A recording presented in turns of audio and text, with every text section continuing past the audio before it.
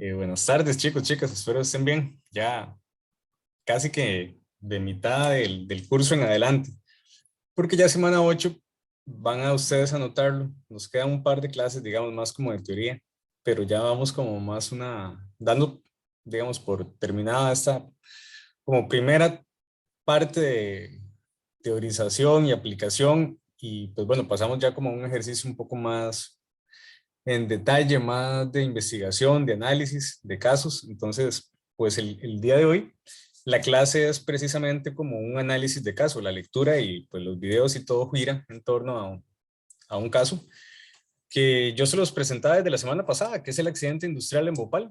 Es una situación que cambia mucho a nivel tanto técnico como de la reflexión ética en algunos aspectos que vamos a conversar, el relativismo cultural, por ejemplo, la semana pasada, pero otros que hemos visto, digamos, en el pasar de las semanas.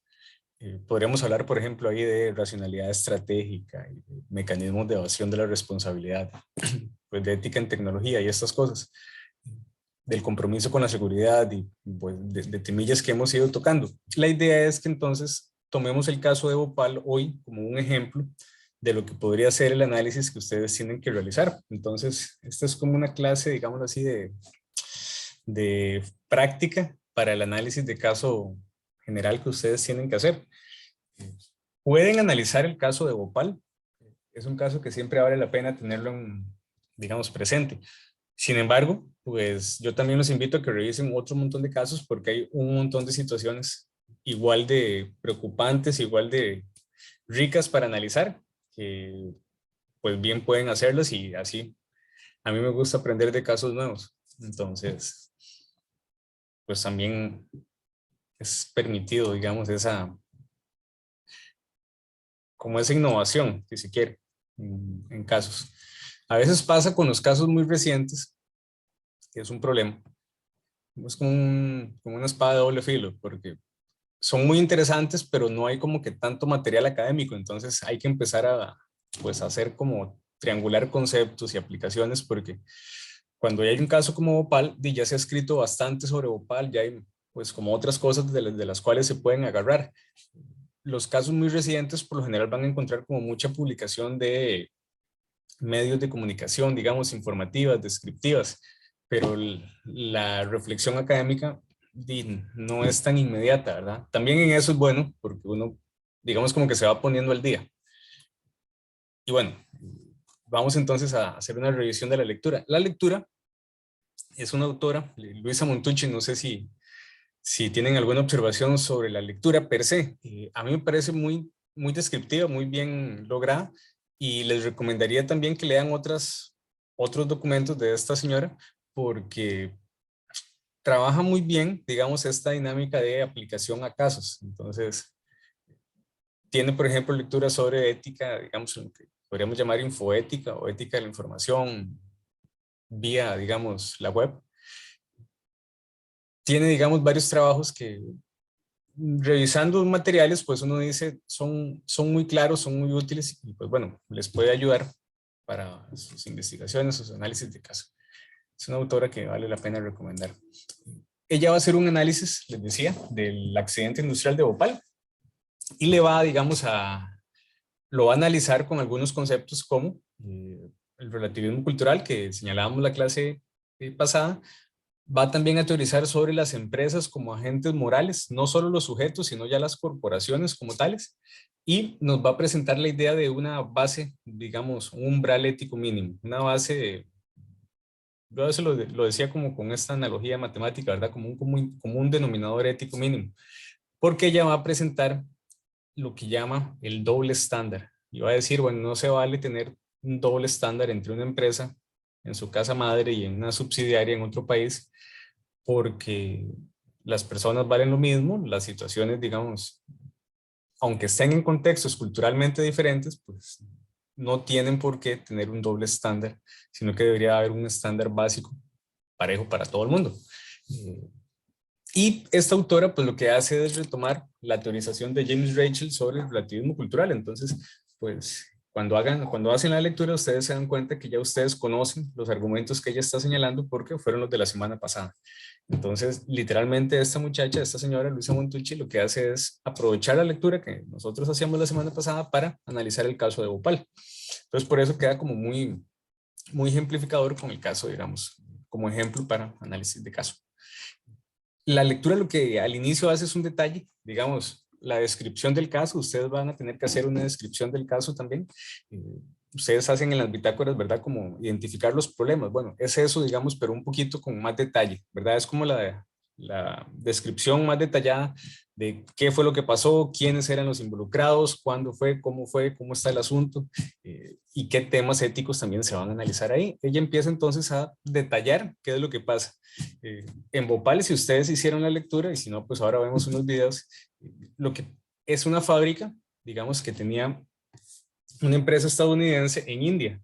La empresa estadounidense tenía, digamos, el 51% de las acciones y el gobierno de India tenía el 49%, digamos que iban como en el mismo negocio. La empresa empezó, digamos, a perder, ¿verdad?, ganancias y empezó entonces a hacer recortes, muchos de ellos en personal calificado y en dispositivos de seguridad. Había muchas opciones de seguridad, hasta 5 o 6 sistemas de seguridad que pudieron haber evitado la tragedia y ninguna funcionó porque todas estaban deterioradas, no se les dio el mantenimiento, no habían personas encargadas, digamos, de atender la situación.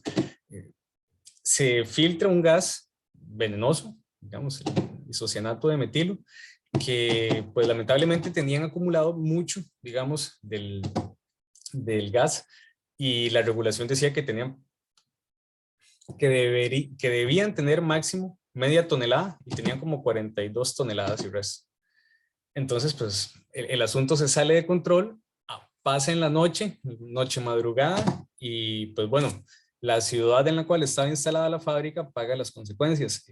Mueren muchas personas, el número pues es debatido y hasta el día de hoy sigue dando problemas. La situación quedó ahí, digamos, contaminando, no fue como que pasó y pues, se limpió y se hizo una ciudad bonita y, ¿verdad? Quizás como en Nagasaki o Hiroshima, ¿verdad? Que tuvieron tal vez una historia diferente. Ahí, en Bhopal no, en Bhopal tristemente hasta el día de hoy subieron las tasas de cáncer, subieron las personas, digamos, que fueron afectadas, siguen afectadas, sus familiares siguen afectados y pues es muy triste. En realidad lo que pasa en Bhopal es como una tristeza de algo que no debería pasar y que no debe volver a pasar. Y bueno, tiene que ver entonces con temas de ética en la ingeniería y temas también que yo les decía la semana pasada, si no les decía, pues me perdonan ahí el SAFIS. En el curso que ustedes también llevan de seguridad y salud ocupacional, es que se llama el curso, ¿verdad? Si no me equivoco, me podrían confirmar, porque siempre bateo eso. Así se llama. Gracias. ¿Ya llevaron el curso? ¿Quiénes llevaron ese curso? Ya nada más para saber. Yo lo llevé, profe, en mi caso. ¿Quién es yo? No hay nada más para activar aquí. Yo también, profe Eric. Ok. ¿Y vieron este caso?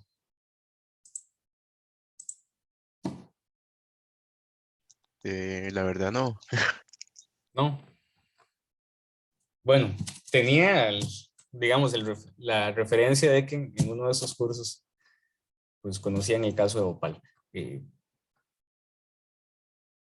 Yo les pongo acá un enlace a esto, digamos, del programa o la serie de Segundos Catastróficos de Nat Geo, ¿verdad? Es, creo yo, para mí de los más claros, donde uno entiende como, ¿verdad? Como más para principiantes lo que fue lo que pasó, ¿verdad? Explican muy bien, aclaran, pues, creo yo, la mayoría de los aspectos objetivos sobre la discusión. Entonces, es muy largo. Yo no, si ustedes quieren, lo vemos, ¿verdad? Pero creo que puede ser un poco, digamos, tedioso hacerlo, digamos, a través de, digamos, aquí, ¿verdad? Como en streaming. Lo que me gustaría es que lo vean, ¿verdad? Porque sobre esto, digamos, gira mucho de la reflexión sobre los aspectos técnicos. Por ejemplo, una de las últimas, digamos, barreras de seguridad era como una platina, ¿verdad? Pues no era nada caro, ¿verdad? Y no estaba. Entonces, pues bueno, por ahí pasa la filtración y es un poco como lo que pasaba con el Ford Pinto. No, ni siquiera era un aspecto, digamos, tan costoso, ¿verdad? No era como que había que invertir tanto dinero para que estuviera relativamente más seguro. Ya fue un tema más de descuido y de una visión gerencial, pues muy, lo diría a lo tico, ¿verdad? Pero es como muy desinteresada, ¿verdad? Por no decir una mala palabra. Entonces, pues bueno, vean ahí ese trabajo de Nat Geo. Yo creo que los productos de Nat Geo a mí siempre me han gustado, entonces pues los ando poniendo ahí como materiales. Y son bien descriptivos. Y esa es la primera parte de la lectura, ¿verdad? Donde ella, pues bueno, dice, pasó esto y esto y esto y esto y esto y esto y esto y cuenta. Y se filtra el gas, no se sabe, la empresa no da la voz de alerta rápido, ¿verdad? No avisa al hospital cercano, al hospital de la ciudad. Las personas no sabían, parece que una solución simple como ahorrar vinagre en un pañuelo hubiera evitado, pues, consecuencias tan serias. Entonces la gente salía corriendo, respiraba más y pues, las imágenes son como muy feas de contarlas y de verlas, pero y básicamente a la gente se le licuaban los pulmones y morían en la calle. Eh, Murieron un montón de personas y un montón de animales. Y pues bueno, la ciudad queda como, casi que como las películas del apocalipsis zombie, ¿verdad? Un montón de gente ahí tirada en la calle, esa cosa ahí descomponiéndose, un montón de gente afectada y pues bueno, eso es como una escena dantesca, ¿verdad? Parece ahí el fin del mundo.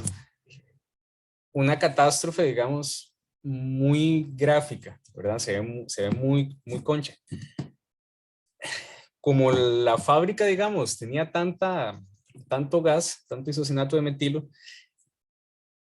la primera filtración no libera, digamos, todo el gas. Entonces estaba el riesgo de que el gas que quedaba, pues hiciera también, ¿verdad?, de las suyas.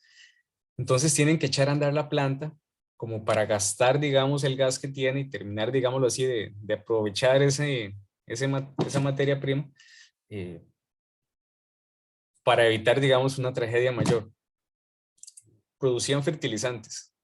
La historia es muy interesante porque tiene que ver con la Revolución Verde en India, con cómo India hizo una transición, digamos, a una forma de agricultura más occidentalizada, más tradicional, ¿verdad? Con fertilizantes, etcétera, etcétera. Y pues bueno, durante mucho tiempo le fue muy bien, pero empezó, digamos, como a decaer y bueno, la industria, digamos, la industria agronómica, agrícola en India tiene varios casos muy serios que los modelos de negocios dejan mucho que desear. Nada más paralelamente para contarles, cuando se inserta, digamos, el algodón BT, un algodón, digamos, transgénico en India, surge, digamos, como un auge por ese tipo de modelo, digamos, de producción y los agricultores se endeudan mucho. Y bueno, las cosechas no dan los rendimientos esperados y se desata una ola de suicidios horrible, ¿verdad? Así, 250,000 suicidios más. Entonces, fue puchica, son como números muy altos. Entonces, llama ya la atención y ya hacen películas y documentales y un montón de cosas sobre una situación que a uno, digamos, le pasa un poco, digamos, desapercibido porque está muy lejos, pero es una catástrofe. O sea, es como una cosa muy desesperante. Y bueno, India es un país, digamos, con miles de problemas, ¿verdad? En fin, la primera parte entonces describe todo lo que pasa, describe pues quiénes son los principales involucrados también, ¿verdad? El presidente de la compañía, Warren Anderson, también da declaraciones bastante conchas y pues bueno, eso es un poco lo que analiza después Luisa Montucci como el relativismo cultural. Warren Anderson en una de sus declaraciones dice que sí, que ellos pagaron, ¿verdad?, un montón de dinero, a cada persona le tocó una cifra Es, la verdad, muy baja con relación al daño. Y Warren Anderson dice que pagaron mucho más, digamos que fueron generosos en los estándares indios, ¿verdad? La discusión surge porque la misma empresa tuvo accidentes donde murieron trabajadores en Estados Unidos, ¿verdad? En su casa madre en Estados Unidos, y las indemnizaciones pues fueron mucho más altas. Entonces el presidente de India pues le refutaba un poco estas ideas diciéndole que si la vida de un trabajador indio valía menos que la vida de un trabajador estadounidense. Y bueno, ese es como el núcleo de la discusión sobre el relativismo que presenta Luisa Montucci. ¿Por qué? Parece que si la fábrica está al otro lado del mundo, los estándares tienen que ser diferentes. ¿Por qué no puede ser un mismo estándar para todas las industrias? Porque son seres humanos, al fin y al cabo, ¿no? Y bueno, eso es un poco lo que va a tratar de discutir Luisa Montucci, ¿verdad? Cómo ese doble estándar es un problema ético, es como decir una doble moral, ¿verdad? Que pues recuerden que la ética debe ser coherente, entonces si es coherente en India, debe ser coherente en, no sé, en Singapur, en Indonesia, en Brasil, en Estados Unidos, en Costa Rica, en Cuba, en donde sea. Porque si no, no sería coherente, ¿verdad? Sería relativa, y el punto que veíamos la semana pasada es que el relativismo pues tiene ahí algunos problemas internos como teoría. Claro, va a haber cosas relativas, pero apunta Luisa Montucci que ese doble estándar pues no está bien, ni legal ni éticamente. Legalmente está bien, me corrijo. Es como un poco injusto, digamos, comparando las indemnizaciones, pero bueno, así se resolvió, digamos, a nivel legal en India. No quiere decir que sea la mejor resolución, pero bueno, así fue. A nivel ético, lo que señala Luisa Montucci es, aquí se pasaron la ética por debajo de la alfombra. No es, y aclaro algo también para los análisis de casos, no es que no exista la ética, es que se actúa mal y hay que describir cuáles son los temas que se actúan mal. Lo digo porque revisando las bitácoras muchas veces ponen, hay una clara violación al concepto de, no se respeta el concepto de. Esas ideas en realidad es como señalar el vacío, ¿verdad? Es como no se trabajó la ética. Bueno, está bien, puede que no se haya trabajado la ética, pero hay que describir qué fue lo que pasó, por qué no, por qué la ética no estuvo presente de manera más precisa. Porque si no, pues es simplemente como señalar y decir, ahí hay un hueco, ahí está el hueco, pero ¿por qué surge el hueco? ¿Cómo es el hueco? ¿Qué tan hondo es el hueco? De qué color, digamos, se ve el fondo del hueco, etcétera. Son cosas que hay que ser como más detallista. La empresa da una respuesta de que lo que hubo fue un sabotaje, ¿verdad? No termina de asumir la responsabilidad. Esto es como un mecanismo de evasión de un saboteador, ¿verdad? Podemos ponerle así, mecanismo del saboteador, como diciendo, alguien nos quiso hacer el daño, ¿verdad? Lo cual es una forma, pues, bastante simplona y tonta de justificar un accidente muy serio. Y trató, digamos, también como de achacar un tema ahí relativista y decir que es que la administración de las cosas en India era así, ¿verdad? Como que la culpa no era de la empresa, sino de la administración local, por un tema, digamos, de que la cultura ahí es muy descuidada, que son gente, digamos así, como que no le ponen cuidado a la seguridad, y, ¿verdad? Son, sí, irresponsables, podríamos decirlo, ¿verdad? Ahora bien, esto señala una situación como deshonesta porque tanto, digamos, la empresa como el gobierno de India eran los dueños. Entonces, como que la empresa dice, fue culpa suya, y el gobierno dice, pero ¿cómo? Pero usted también es parte, ¿verdad? Porque usted en su casa madre tiene todos los sistemas de seguridad activos y aquí no? ¿Por qué no invirtió aquí como se invierte en Estados Unidos? Etcétera, etcétera. Entonces, entra en un dilema entre la empresa y el gobierno, y bueno, eso también tampoco termina como de resolverse muy bien. Y bueno, al final y al cabo, digamos, la empresa sale bien librada, como suele pasar, las personas quedan mal, y abre entonces una discusión sobre la responsabilidad en los negocios globales, que es como el otro punto que desarrolla doña Luisa Montucci. ¿Qué pasa entonces con esas grandes corporaciones que le rinden cuenta, digamos, más a su país de origen que a los países donde se jalan las tortas? Y pues bueno, algo habíamos señalado cuando hablábamos de ética ambiental, que eso es uno de los problemas muy serios porque son empresas que son muy poderosas y pues, tienen mucho dinero para comprar voluntades y para mover sus activos, etcétera, etcétera. Entonces, cuesta, digamos, ponerlos en regla. Hay, digamos, una discusión acá que la vamos a tener más adelante también cuando sigamos hablando de ética de los negocios, pero la discusión ya sobre las empresas como agentes éticos. Por lo general, cuando hablamos de ética, tratamos de hablar de comportamiento de las personas, pero acá vamos a hablar del comportamiento de las personas y de las organizaciones. Ya no solo las personas, sino también las entidades.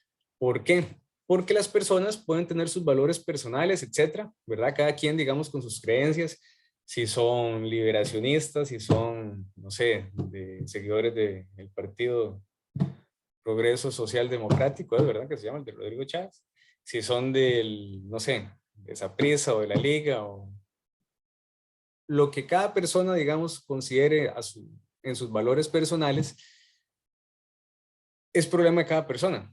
Pero a nivel de la organización como un sujeto jurídico también tiene, digamos, su propia identidad de ética, digámoslo así. Y tiene entonces sus códigos de ética, tiene sus valores institucionales, tiene su imagen ante la sociedad, tiene una historia de relaciones con la sociedad, con el medio ambiente, etcétera, etcétera. Entonces las empresas, como una institución, pues representan una imagen, digamos, ética, para bien o para mal, ¿verdad? Lo que pasa es que entonces hay que tratar de explicar cómo esa ética funciona a nivel de la empresa. Lo vamos a ver más adelante, cuando hablemos un poco más de ética de los negocios, pero acá ya Luisa Montucci va a señalar, bueno, las empresas entonces deben tener su código de ética, porque entonces de eso va a ser como el instrumento de ordenamiento racional de la reflexión ética de la empresa. Los códigos tienen esa función regulativa, me parece que en una clase anterior lo señalábamos. Luisa Montucci lo que va a decir es, sabemos que los códigos son como aburridillos y todo, pero tienen esta función, o sea, no son inútiles, sirven para algo y hay que usarlos entonces en eso que sirven. Nos van a regular que sí, que no, cómo se hace, cómo no se hace, qué tipos de faltas son graves, muy graves, la penalización, etc. En eso entonces les señala la importancia de los códigos. Y bueno, yo igual insisto en esto. Ustedes se van a colegiar, van a tener entonces que cumplir con el código de ética del Colegio de Ingenieros. Van a llegar a una empresa y van a tener que cumplir con el código de ética de la empresa. La mayoría de empresas grandes tienen un código de ética, ¿verdad? Algunas como muy, muy elaborado, otras no tanto. Pero bueno, tienen. Y esos códigos pues no son, digamos, tan simplones, ¿verdad? Tienen ya una visión, una cosmovisión ética sobre lo que hace la empresa y bueno, vale la pena también como tener eso en mente. Las empresas entonces, como agentes éticos, asumen responsabilidades. Tienen responsabilidades como agentes legales, ¿verdad? Y muchas de esas responsabilidades son responsabilidades éticas también, qué sé yo, pagar el pago de impuestos, las responsabilidades, digamos, fiscales o ambientales, etcétera, etcétera. Pero más allá de eso también, recuerden que la ética y el derecho no es lo mismo. Entonces, aunque se cumpla con todo, digamos, la normativa institucional a nivel legal, también tiene un ámbito ético. Y eso tiene que ver más con la imagen, las políticas, los valores institucionales y cómo las personas que trabajan en las empresas le dan vida a esas ideas. Entonces, pues, aunque no son personas físicas, mucho de lo que hace la empresa recae en sus personas físicas y en su ordenamiento interno, por decirlo así. Esto, pues, hace que las empresas entonces tengan como responsabilidades muy particulares, porque tienen responsabilidades legales con la sociedad, con sus trabajadores, pero también tienen responsabilidades éticas con la sociedad, con sus trabajadores. Esto lo vamos a analizar, como les decía, un poco más en la clase de ética de los negocios, con algo que se llama como ética molar, que es cómo la institución, la empresa trata a sus colaboradores, a sus trabajadores, el rol que juegan los trabajadores dentro de la empresa, porque hay empresas que tratan a sus colaboradores como un activo más, hay otras empresas que los tratan como seres humanos, pero bueno, eso lo veremos más adelante. Y también más adelante hablaremos sobre la responsabilidad social empresarial. Aquí ya está ese tema, pero no se profundiza tanto. Sí, sí se profundiza, pero digamos que no es como el único tema, digamos, que se aborda. Entonces, parece uno de los temas más. Es un tema muy importante. La responsabilidad social, vamos a conversar que tiene al menos tres como ventanas o tres, digamos, tres lados, por decirlo así. Es como un banco con tres patas, por decirlo de esta manera. La responsabilidad ambiental, la responsabilidad financiera, el negocio tiene que dejar ganancias, y la responsabilidad con lo que se llama los stakeholders, que es como sus trabajadores y el medio ambiente y todos aquellos que puedan ser beneficiados o perjudicados por la empresa. Esas son como las tres, digamos, los tres elementos que no le debe faltar a la responsabilidad social, pero de ahí en adelante, pues tienen un montón de cosas con las cuales las empresas pueden hacerse responsables. Esto tiene que ver con el tamaño de la empresa, ¿verdad? No es lo mismo una empresa del tamaño de Coca-Cola, que ayer escuchaba una cifra que parece que el 94% de las personas del planeta conocen Coca-Cola. Y me dice, prácticamente todo el mundo se ha tomado una Coca-Cola. Es una empresa muy grande, ¿verdad? Es la principal empresa contaminadora por plástico. No es lo mismo la responsabilidad de Coca-Cola a la responsabilidad de, no sé, un restaurante del barrio, ¿verdad? O un supermercado local. Las empresas, según su tamaño, pues van asumiendo más responsabilidades. Y por eso es bueno los códigos, porque cuando ya son muy grandes es como, por decirlo así, como un país, y tiene, digamos, mucho gobierno local y mucha cosa que dice presta para corrupción particular que manche la imagen de la empresa. En el caso de Bhopal, habían, digamos, dos puntos de comparación. Cómo la empresa, digamos, Union Carbide, tenía, digamos, sus fábricas en territorio estadounidense y cómo estaban en Bhopal. Entonces, es como decir, vean, tenemos una empresa que tiene una fábrica aquí y otra fábrica allá en India, y la fábrica de Estados Unidos funciona bien, toda la seguridad está al día, cuando pasa un accidente se les paga un poquito más generosamente a los involucrados, y la fábrica en India no se le invierte, está ahí hecha una bomba de tiempo, y cuando se da una catástrofe, pues el pago no se compara con lo que pasa en Estados Unidos. Ese doble estándar es bastante, digamos, serio. Les decía, la ética, como tiene que ser coherente, esto lo ve como muy incoherente. No se vale aplicar una norma en un lugar y en otra no. Y bueno, esto pues si ustedes lo analizan tiene que ver con temas de derechos humanos, derechos laborales, etcétera, etcétera, derechos civiles también, porque no solo se afectaron trabajadores, sino que se afectó a toda la ciudad. Personas que no tenían nada que ver con la fábrica salieron, digamos, perjudicados. La crítica, digamos, que aprovecha esta autora, Luisa Montucci, se basa en lo que señalaba James Rachel. Si nos quedamos con esos argumentos relativistas, entonces la ética no va a avanzar, se va a estancar, y vamos a tener que aceptar entonces que los accidentes que pasan en India es porque ahí la gente es muy descuidada. Esa es la cultura ahí, no podemos hacer nada. No, dice Luisa Montucci, ese argumento ya sabemos teóricamente que no sirve, ¿verdad? Porque estanca la ética. Si nos quedamos con esas ideas, de todo vale, ¿verdad? Cualquier cosa, entonces, es que esa cultura es así. Y ahí es donde Luisa Montucci propone entonces, frente a ese relativismo, un umbral mínimo, ¿verdad? Como un punto del cual nadie pueda bajarse, ¿verdad? Es como, son todo que ya, eso no puede ser relativo. Debemos establecer algún tipo de piso común del cual nadie pueda salir, digamos, perjudicado si se baja. Esto entonces, pues coincide, como les decía, con temas de derechos humanos, de derechos laborales, y con una idea que es parte como de las ideas de la ingeniería, ¿verdad? De la estandarización de los procesos. Entonces, si los ingenieros son buenos estandarizando procesos, también deberían ser buenos estandarizando procesos éticos, digámoslo así.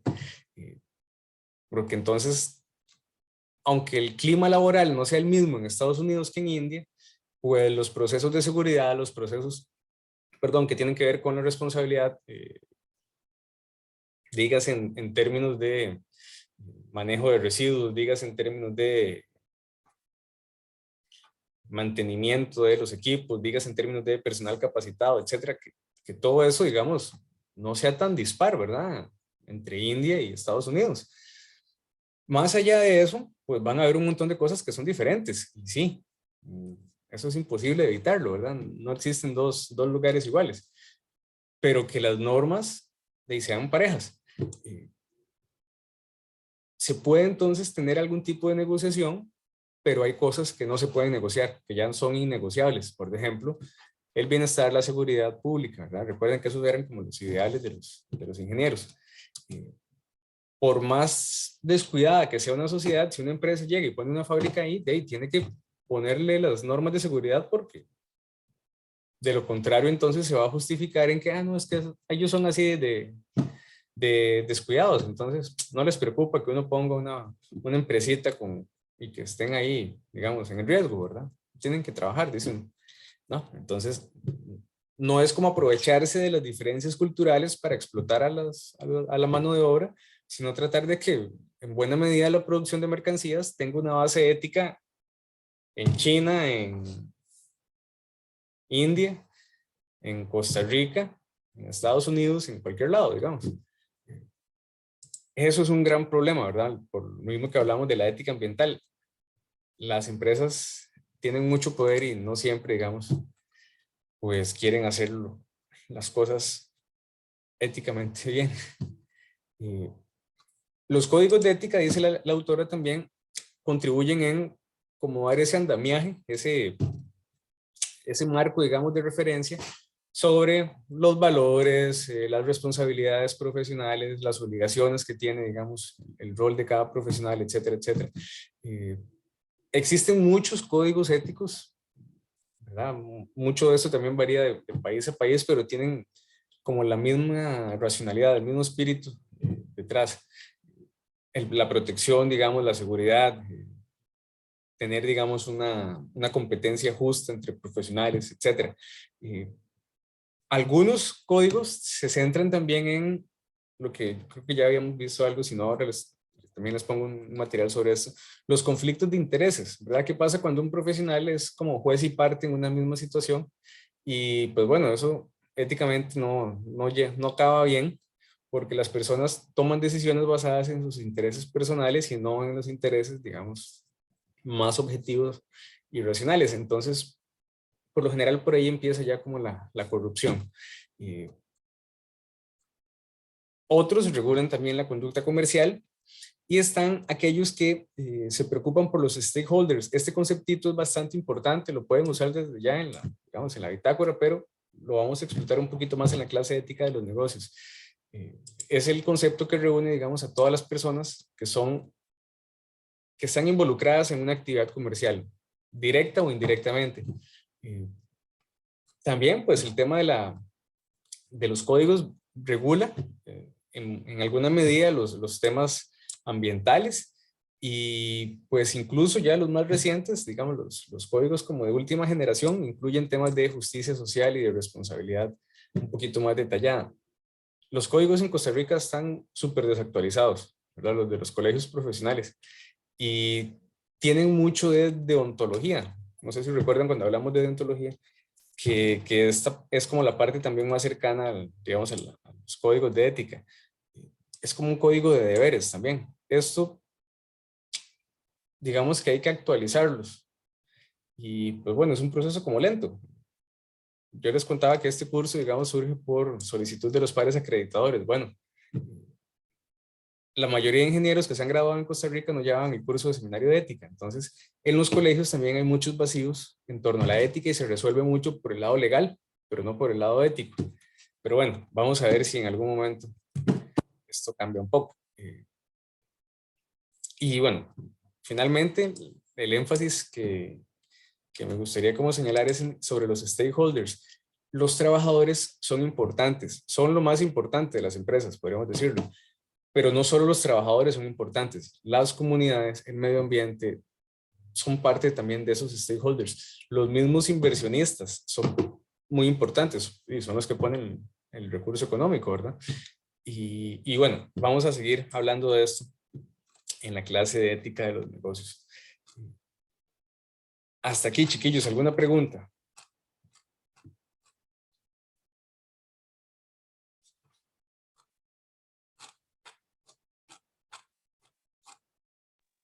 Todo claro. Todo claro, vean. Entonces, vamos a hacer lo siguiente. Ustedes van a ver este por su cuenta, ¿verdad? Este es el más detallado, el que tiene, digamos, más información sobre lo que pasó, cómo pasó, qué pasó, quiénes fueron los involucrados, etcétera. Pónganle bastante atención porque lo que quiero es que practiquen realmente cómo hacer el análisis de caso. Entonces, si quieren pueden verlo, digamos, con las indicaciones para el análisis de caso que están ahí en el TEC Digital. Y ustedes dicen, ah, mira, los involucrados son estos, los temas éticos son estos, cuándo pasó fue aquí, etcétera, etcétera. Y acá van a encontrar esa información y en la lectura de Luisa Montucci. Ahí está, digamos, la descripción, lo que pasó. Vamos a ver este video que es, digamos, actualmente, cómo está Bhopal. Qué tan, digamos, afectada está la ciudad por lo que pasó hace 30 y resto de años. Entonces, este es un poquito más corto, dura como 7, 8 minutos y pues tiene entonces también como una información importante. Es que el Challenger pasó hace mucho, el Ford Pinto pasó hace mucho, Chernobyl, Nagasaki, Hiroshima, todos esos casos pasaron y como que ya fueron. Bhopal sigue vivo, digamos, ¿verdad? A Bhopal le pasa un poco, no, lo digo al revés, a Cruzitos le pasa como lo de Bhopal, están como siempre vivos, ¿verdad? Como que siempre está ahí la sombra de la desgracia. Entonces, pues bueno, vamos a ver. No, perdón, no me quiero poner como tan pesimista, ¿verdad? Pero bueno, realmente es una tragedia muy, muy, muy seria. Y lo tan serio es que sigue pasando todos los días. Okay.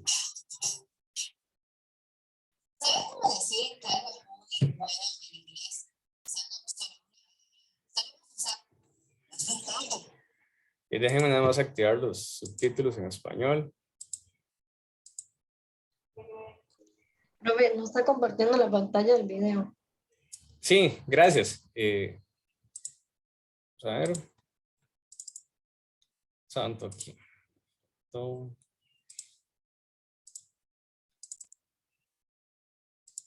Ahora sí.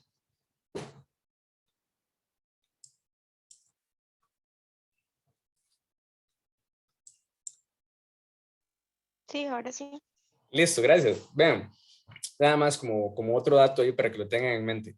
Después de Bhopal cambian las normas ISO de seguridad incluso, ¿verdad? Cambia entonces mucho a nivel de reflexión, pero incluso también a nivel técnico. Como les decía, esa estandarización de procesos de seguridad, podríamos decir. Entonces, pues, veamos un poquito, digamos, más actualmente cómo está Bhopal y lo comentamos un poquito. It's been called the world's worst industrial disaster, but the description barely captures what happened in Bhopal 35 years ago. Bhopal is the capital of the Indian state of Madhya Pradesh. In the intervening night of December the 2nd and 3rd, 1984, poisonous gas leaked from a pesticide plant, spreading rapidly across the city. In that first night, according to some estimates, more than 3,000 people died. That number would soon go up to 15,000. Those who survived didn't have it much better. Here's the words of two who lived through that night. Aziza says, I was 2 months pregnant at the time. I had a miscarriage right there in the middle of the street. I was unable to control my bowels and the feces ran down my legs. Champa Devi Shukla says, it felt like somebody had filled our bodies up with red chilies. Our eyes had tears coming out, noses were watering, we had froth in our mouths. survivors continue to suffer gynecological disorders, cancer, birth defects, among a long list of health problems. But it doesn't stop there. They also need to find the strength to receive adequate compensation, health care, above all, justice. For decades, they have been campaigning. Some still living with their injuries. Others still bearing their grief.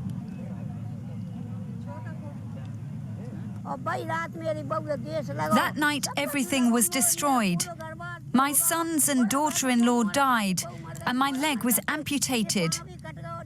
I have to drag myself around. These killers did not heed anything. Why have they not been brought to court? Why haven't they been hanged? They are responsible for this. It was December 1984 when 40 tons of deadly methyl isocyanate, known as MIC gas, escaped a pesticide factory in the Indian city of Bhopal. Within the first few hours, 3,000 people were dead, some dying in their own homes. Hundreds of thousands more were injured, many of them children. Over the years, the death toll has risen. Official estimates stand at around 15,000. The company responsible, Union Carbide, has never faced prosecution, but it did agree a $470 million payout in 1989. Campaigners say the company, which is now owned by Dow Chemicals, must pay much more in compensation, including to the families whose children have been born with brain damage and with disabilities. The people have been waiting for appropriate health care, a standard medical treatment protocol is needed. That's not yet available. And finally, in some ways, the most important question is, where is the justice? The question many have been asking for 35 years. And still, it seems, there is no answer. Joining me for more is Rachna Dhingra, an activist working with survivors of the Bhopal tragedy. She joins me now from Bhopal. Rachna, good to have you on the program. You've been working with the survivors for quite some time. What are their immediate needs?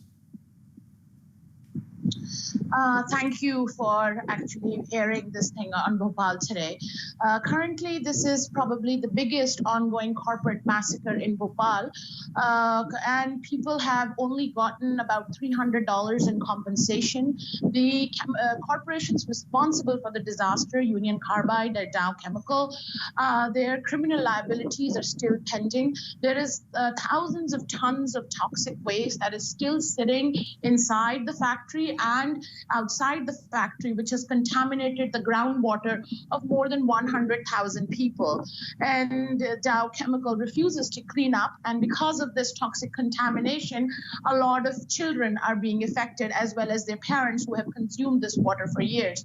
And as far as the gas disaster is concerned, people are really sick in Bhopal. There are 10 times more cancer rates. There are just now we have come across a study that the Indian Council of Medical Research was doing, which basically showed that there are 7.5 times more birth defects in gas-affected mothers than unexposed mothers. The tragedy is there, the evidence is there, as you have presented today. Do you think adequate responsibility has at all been fixed for this disaster? Absolutely not. These are the two most powerful chemical corporations, and they have the support of the most powerful government, the U.S. government, who has been supporting them from day one. And they also have support of the Indian government, or who has no political will in holding them accountable. The U.S. Department of Justice has not been able to serve summons to Dow Chemical, and Indian government has been asking them to do that for the last 5 years. just like they did with Warren Anderson, who was the chairman of Union Carbide and was responsible for killing people in Bhopal. He was never extradited from US because the US government never gave a damn about its criminal liability in India. And the same things we see as far as the cleanup of the toxic waste is concerned, whereas the Department of Justice is very keen in holding corporations like BP accountable for what they did in US. But when it comes to Bhopal, they have a completely double standards. And in the name of foreign investment, people of Bhopal are considered expendable. And even in India, we have seen in the last 35 years, irrespective of the governments in power, whether it is BJP or Congress, they have always sided with the corporations and not with the victims. What is at the core of this, Rachna? Are people's lives, do they not matter? First of all, I just want to say that this is not something that happened 35 years ago. People are dying. People are being born with birth defects till today. And yes, so people in Bhopal are considered expendable in the name of foreign investment. And that has pretty much been spelled out for us. When it came to extraditing Warren Anderson, people like, Condoleezza Rice and Colin Powell said that sending Anderson over would send shockwaves in the investment community.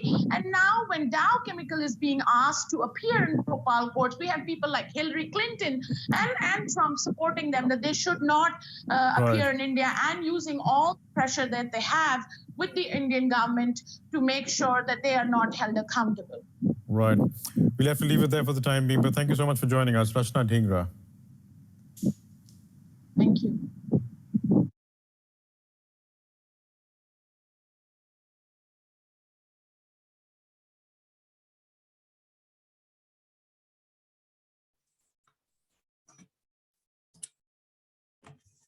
Chiquillos, ¿algún comentario?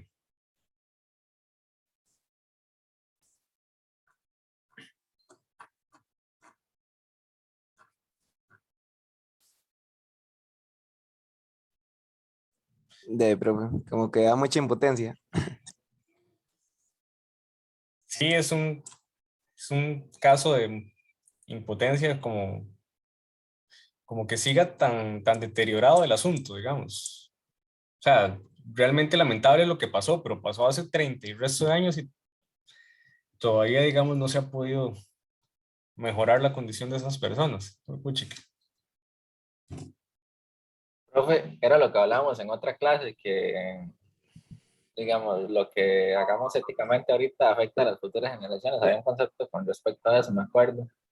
Y hace 35 años pasó y aún se sigue dando, digamos, que nacen niños con problemas de la salud y probablemente va a seguir porque, bueno, por ahí decía que las aguas están contaminadas y ellos siguen consumiendo esa agua.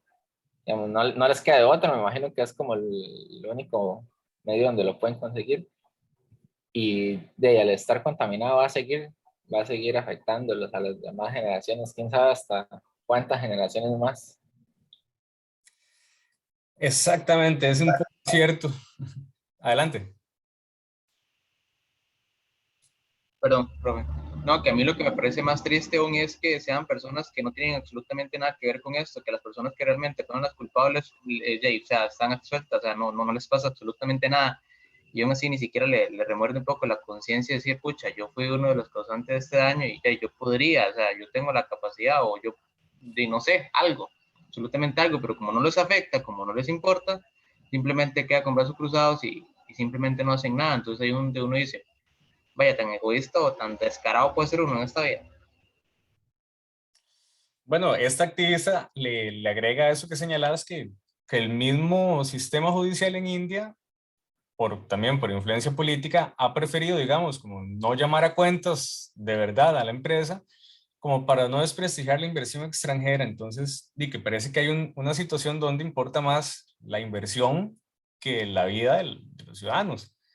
Y pues bueno, esta muchacha incluso señala el doble estándar que señala Luisa Montucci. Dice, es que existe un doble estándar muy serio cuando la misma empresa tiene, digamos, condiciones o accidentes con muertos indemniza de otra manera. ¿Por qué no se ha entonces puesto atención en eso? Porque ella lo dice, tiene el respaldo del gobierno de Estados Unidos y gente de mucha influencia dice, no, no vamos a exponer a nuestras empresas a un juicio en India, ¿verdad? Ya es como mucho más perverso el asunto, porque ya pasa como a un ámbito más como casi como de geopolítica, ¿verdad? Como de que las grandes corporaciones de los países desarrollados, pues se aprovechan de los países subdesarrollados. Y digo, ojalá fuera el único caso, pero hay un montón.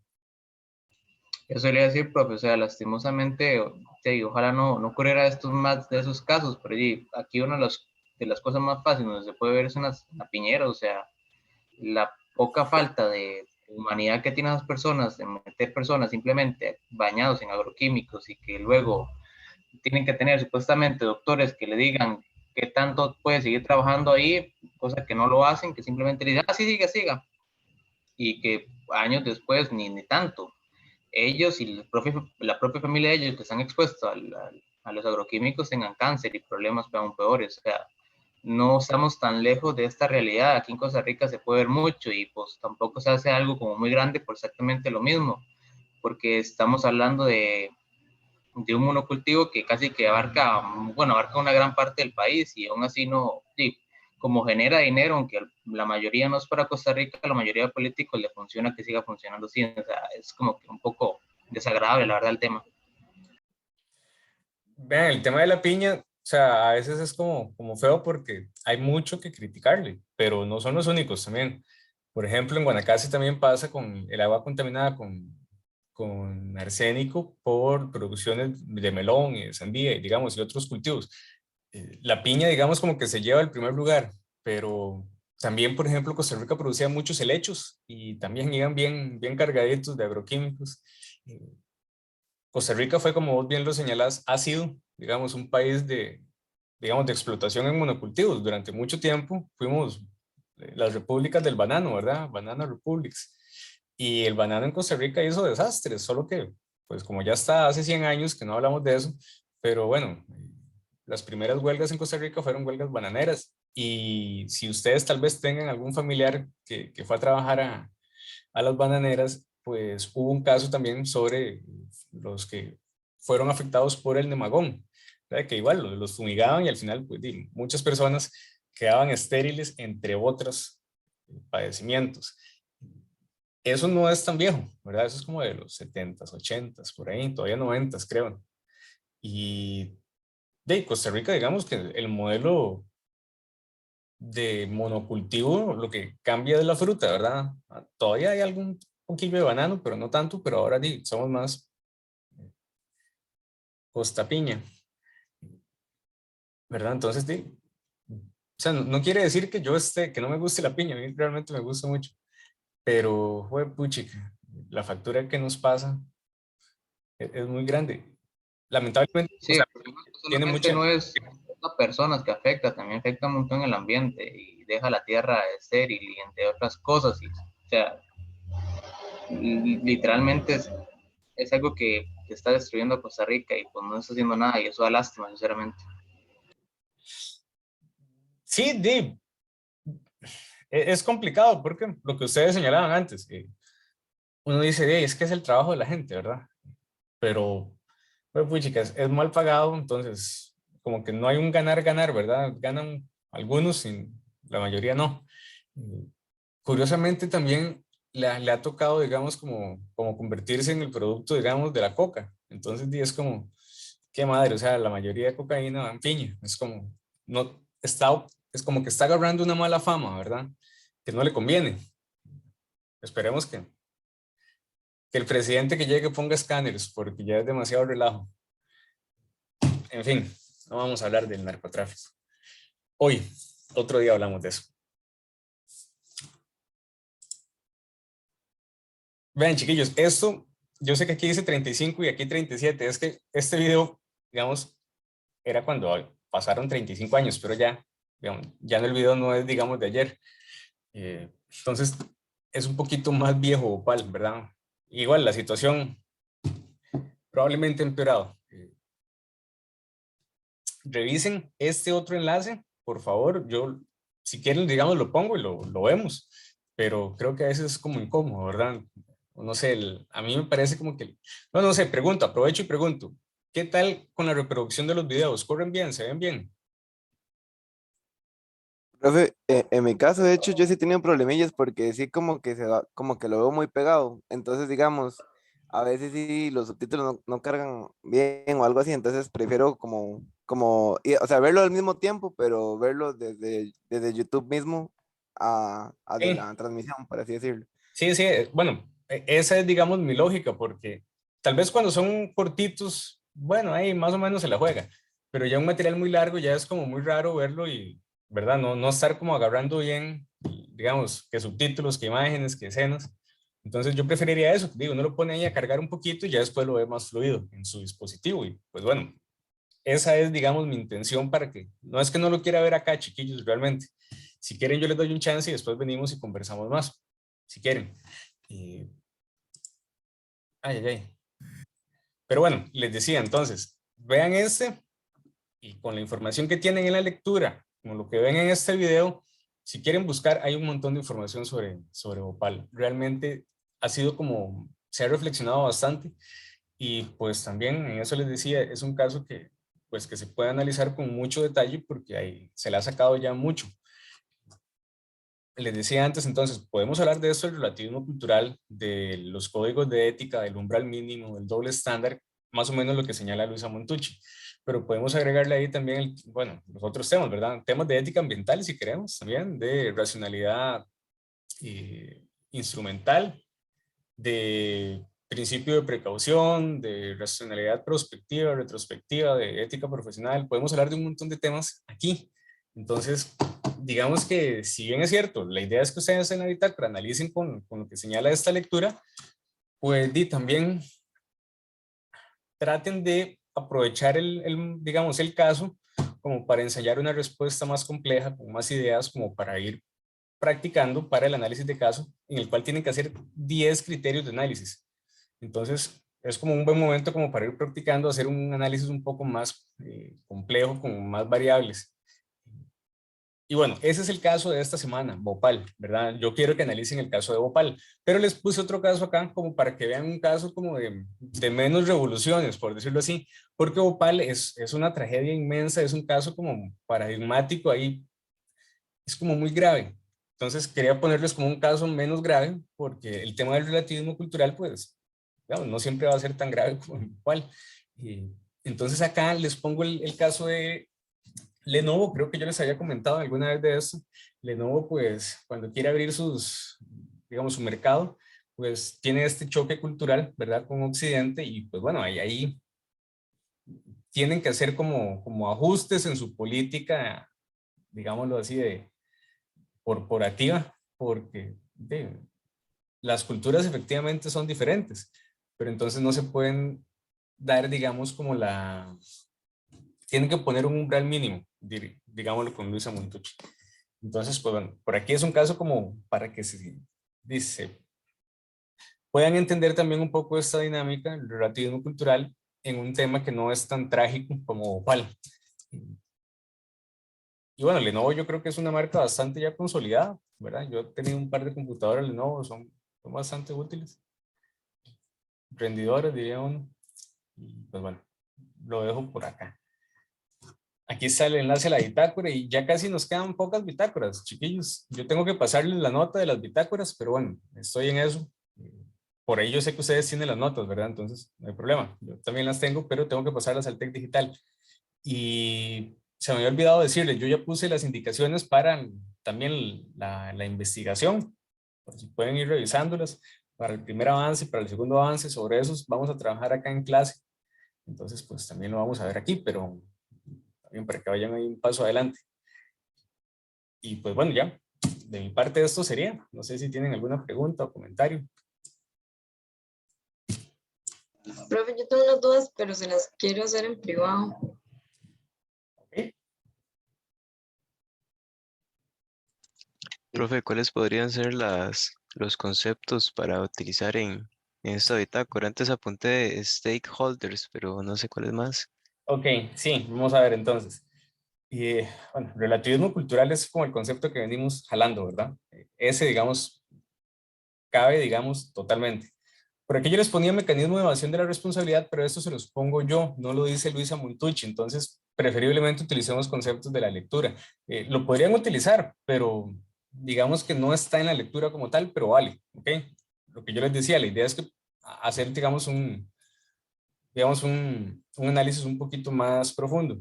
Y bueno, el relativismo ya les decía, podría ser esto de responsabilidad en los negocios, pero creo que podemos hacerlo como responsabilidad, bueno, responsabilidad general no, tengamos responsabilidad en los negocios como uno, ¿verdad? Vamos a ver.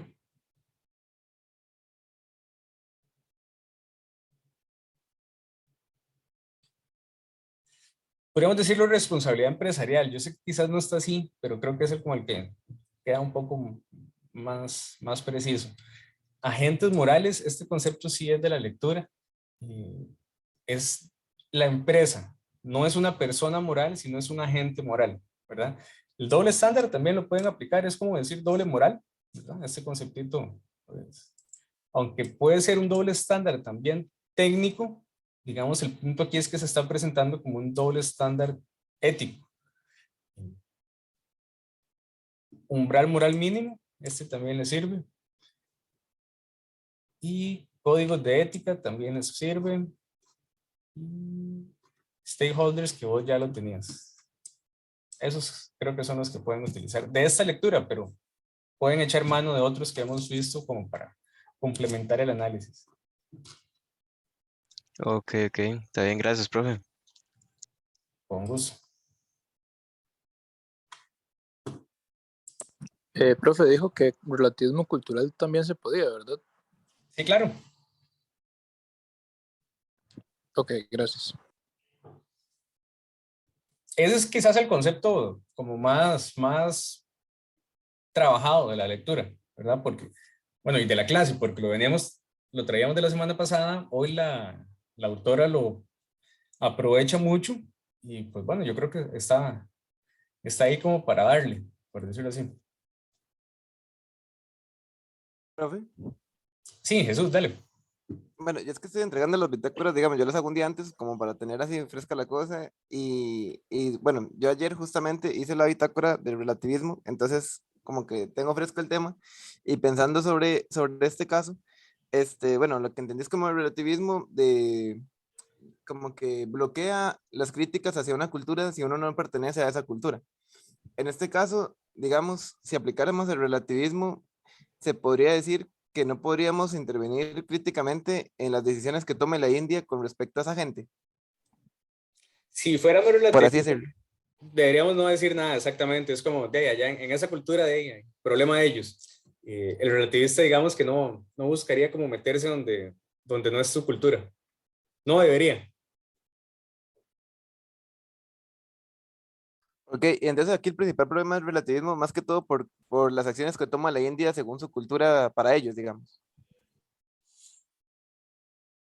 Vamos a ver, el problema es que entonces no podríamos utilizar ni siquiera el caso para el seminario de ética, porque si fuéramos, obviamente estoy aquí un poco, digamos, como con ironía, pero como no somos relativistas, entonces podemos analizar qué es lo que pasa en otras culturas objetivamente y con un criterio, digamos, un umbral mínimo, como diría Luisa Montucci, ético, moral, racional, independientemente de la cultura. El problema es hacerle caso al relativismo porque entonces no podríamos señalar qué es lo que está pasando, ¿verdad? Deberíamos decir como, bueno, calladito más bonito y me quedo con lo que pasa en mi cultura. A nivel de lo que pasa en India, ellos pues básicamente ahí podrían hacer críticas que estén, digamos, dentro del marco de su cultura. No podrían aprovechar ideas de afuera.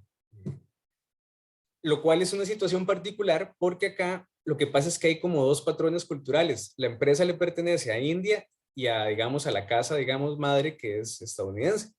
Entonces está como esa tensión entre la cultura, digamos, de la casa madre era esta y digamos, de la subsidiaria. Los dueños de la empresa dicen fue culpa de la subsidiaria porque es su cultura y ustedes son descuidados. el presidente dice, ¿y por qué usted entonces paga diferente en Estados Unidos y acá, si son la misma empresa, ¿no? Entonces, se vuelve, digamos, una situación como de que ninguno quiere dar el brazo a torcer. No quieren como decir, fui responsable, quieren decir, el otro es el responsable. Y aprovechan el relativismo para decir, es que fue de su cultura, y el otro dice, no, es que usted tiene un doble estándar porque está pagando diferente aquí y allá. Al fin y al cabo, entonces, se resuelve a nivel legal, y lo que les decía, Warren Anderson dice más bien que fueron generosos. Puta, qué generosidad, dice uno. Qué tuanis. Si así son de generosos, no me imagino cuando sean egoístas, ¿verdad? Dice que hasta son generosos porque pagaron más que los estándares indios. Entonces, ahí otra vez como que deja ir el argumento relativista. Más o menos por ahí va como la discusión en el caso en torno al relativismo. Pero vos lo entendiste bien, en realidad. Como lo señalaste, está bien. Ok, profe, está bien. Muchas gracias. Con mucho gusto. Ok. ¿Quién me dijo que quería conversar conmigo? Cristina, ¿era? No. Erika, profe. Erika. Ok. Chiquillos, pues si hay alguna otra consulta, comentario, los escucho.